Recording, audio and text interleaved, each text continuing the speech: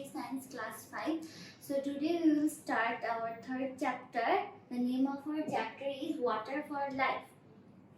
So firstly we will see what is water. So basically water is a clear liquid that has no color, taste and smell. We can see in the picture that there is a tap and water is falling from here. It is clear. That means it has no color. It's basically transparent. Second of all, water is in liquid. It is in liquid form, that is the wet and fluid form of water, and that has no color. It has no color. Taste. When we drink water, it has no taste and no smell as well.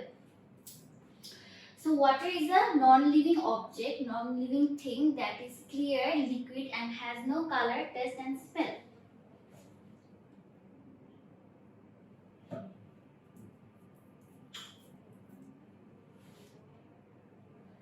Now we will see about the sources of water. So we know about 71% of our earth is composed of water. That means almost most of the part of the earth is water. So we can get water from various sources. Like here we have river,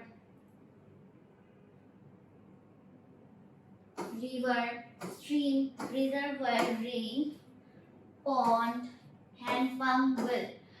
But if we divide the sources of water, we can get two types. One is natural sources, two man-made sources.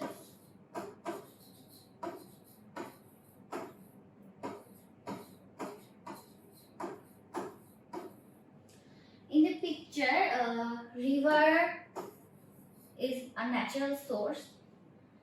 What is stream? Stream is basically a small lake or reservoir. No, stream is actually small kind of river, and reservoir is a small lake, small version of a lake. Rain is also natural source of water. So river, stream, reservoir, rain are natural sources of water.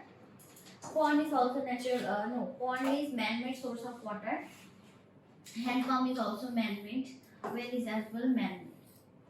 So here, river, stream, reservoir, rain are the natural sources of water, and pond, hand pump, well are man-made sources of water. So now we will see why plants need water. We know water is a non-living organism, but it is said that water is another name of life. Though water has no life, but every living organism, be it either be plants, animals, living organisms, human beings, all are dependent on water. Now we will see how different living organisms are dependent on water and what are the needs they fulfill by using water. So firstly we will see the needs of water for plants. Firstly, body formation. So 90% of plant's body is made up of water. Like a tree or plant can stay straight because of water in their body. If there was no water in the body, they can't stand in the upright position or straight. Then for food, we know plants produce their own food by the process of photosynthesis.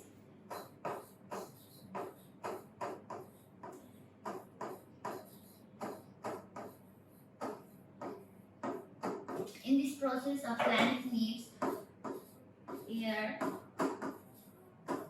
water, and sunlight.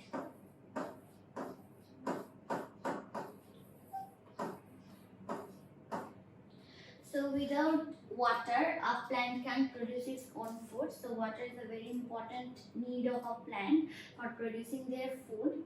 Then thirdly, transport of nutrients. We know plants collect their nutrients from the soil, but water helps the nutrients to transport these nutrients from soil to the different parts of the body. So water is basically an important need for plants for the transportation of nutrients. Then fourthly, for cooling in extreme heat. While water is transport nutrients from to the upper parts of the plant, some water, the extra water, are lost by evaporation. While evaporation, the extreme extra heat of the plant body is also uh, removed from the plant and are evaporated in the water vapor of the air.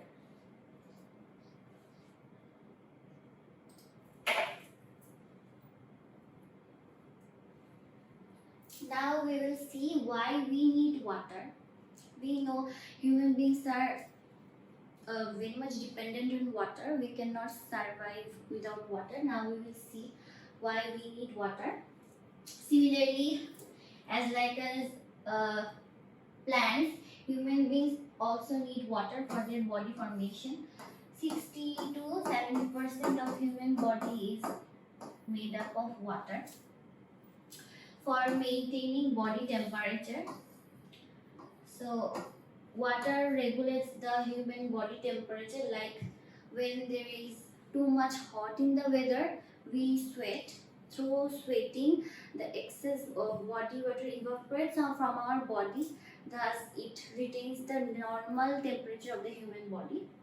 Thus, water performs a very important role for maintaining body temperature. Thirdly, transport of nutrients. Water helps to uh, transport the nutrients that we get from food, absorbing nutrients as well. Basically, water break down the food into nutrients and also help in digestion process of our human body also. So water as well as transport nutrients, absorb the nutrients, also help in the digestion of food. Digestion means breaking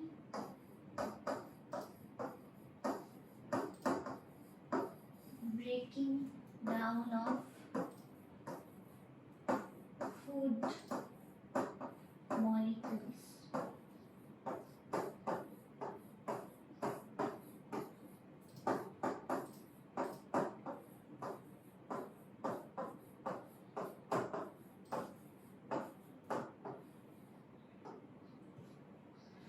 So the importance of water in human body is unmeasurable.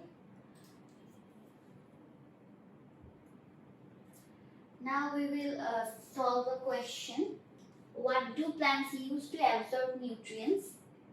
Number one, water, soil, air, light. From the previous slide, from the need of plants, we have seen that a plant is directly dependent on water for absorbing their nutrients from the soil. So the correct answer will be water. Now there is the activity here, how they use water. Animal plants, you have to fill out what are the how animals plants use water. Let's give an example, like animals use water for drinking, to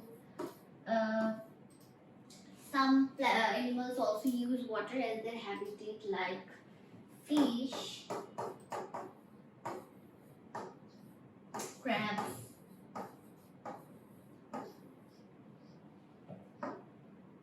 dolphins.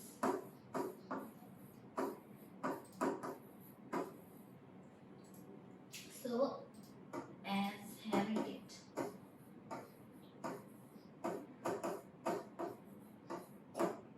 So how do plants use water? So plants use water for producing their food.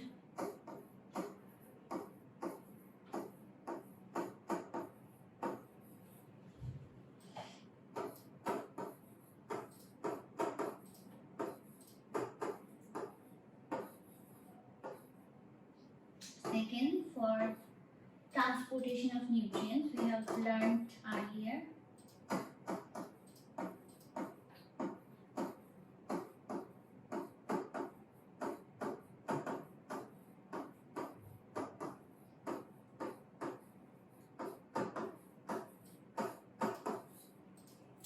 Similarly, there are many uses of water, like animal uses in various ways water. Similarly, plants have also many uses of water.